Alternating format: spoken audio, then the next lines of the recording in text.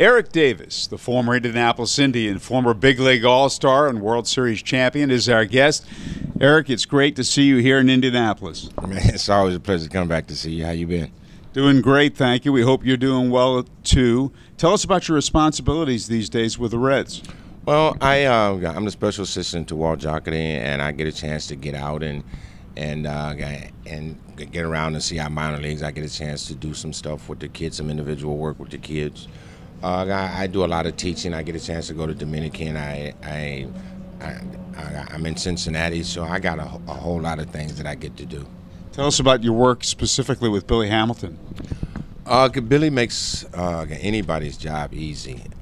It's because he's a student of the game, and I've been with Billy since he came into this organization. I've seen him as a shortstop. I know he can play second base. I still believe he can play shortstop in the big leagues right now. And just to watch him mature over the years has been a pleasure. And watching Jay Bruce, the same thing with Jay Bruce and Joey Votto, and being around and watching a lot of our young guys grow, it's been fun. And to watch Billy now have an opportunity to put his talents on display in Cincinnati is phenomenal. And this is just the start of something special for that kid. You know, you work on him as a switch hitter, and what kind of advice do you give him and the hitting coordinators give him at the plate? Well, you just have to be patient. I don't care how much hype you have. I don't care what you did in the minor leagues. I don't care about what you did in spring training, instructional league, winter ball. Once these lights come on in April, it's a total different animal. And from city to city, pitching staff to pitching staff, it's going to be a learning curve. Sometimes it takes guys a little bit longer than other guys, but with him, it's just to be patient and continue to be as a consistent setup guy as you can, because hitting comes from muscle memory, and what you get in the minor leagues is a lot of times is not a lot of trust, and that's why you see kids ride this roller coaster up and down, because they don't trust the process. And a lot of times with kids today, even in our organization, is where if you work on something and you go out that day and you don't go 5 for 5, they want to throw it in the trash can. You know what I'm saying? So that's the toughest part, and just to keep him understanding that it is a process and just take pride in enjoying the process. In August of 1983, you joined the Indianapolis Indians.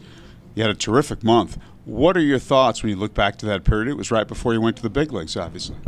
Well, I had a great time. I couldn't wait to get out of Waterbury, Connecticut, which was not a very, very nice place to be. And a lot of the minor leagues was like that.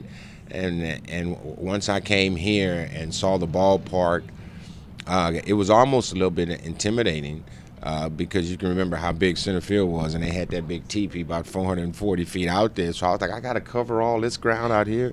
So it was a little bit intimidating, but the guys that were there, the Mark Gilberts, the Skeeter Barnes, the Dave Van Gordons, a lot of guys who there made my transition so much easier because they were veteran guys and they had been in AAA, and just watching how they went about their business helped me out tremendously. You had all kinds of success in the big leagues. An all-star, you almost became the first 40-40 guy, unfortunately got hurt. What stands out when you think back to your big league career? Well, it's not a whole lot that I can pinpoint. I just enjoyed the process. I enjoyed competing. From the time that I came to the big leagues in 1984 till I retired in 2002, just the competition, just the camaraderie, knowing how fruitful it was to come out and play between these lines. And I tell people this all the time. I missed 1995 because of my neck. And when I came back in '96 and won my first Comeback Player of the Year award, I told people that every player at some point in his career should actually take a year off, because it puts it all back in perspective. Get a different look, too. Yeah, it gives you a different look, but sometimes when you do something for so long, you start to take it for granted. And me playing for 11 years and then taking a year off, it almost like it brought that little kid back into me, because I didn't ever know if I was going to play again. And then I was able to put that uniform on. It rejuvenated me. I understood what the game was all about again, and it just brought back that youthful exuberance about why are we here today. Eric, it's great to see you in Indianapolis again. I congratulate you on all you achieved during your playing days and all you're doing in your post-playing days. Thank you so much. Thanks, Howard. It's always a pleasure seeing you. That's Eric Davis, and this is the Indianapolis Indians Broadcast Network.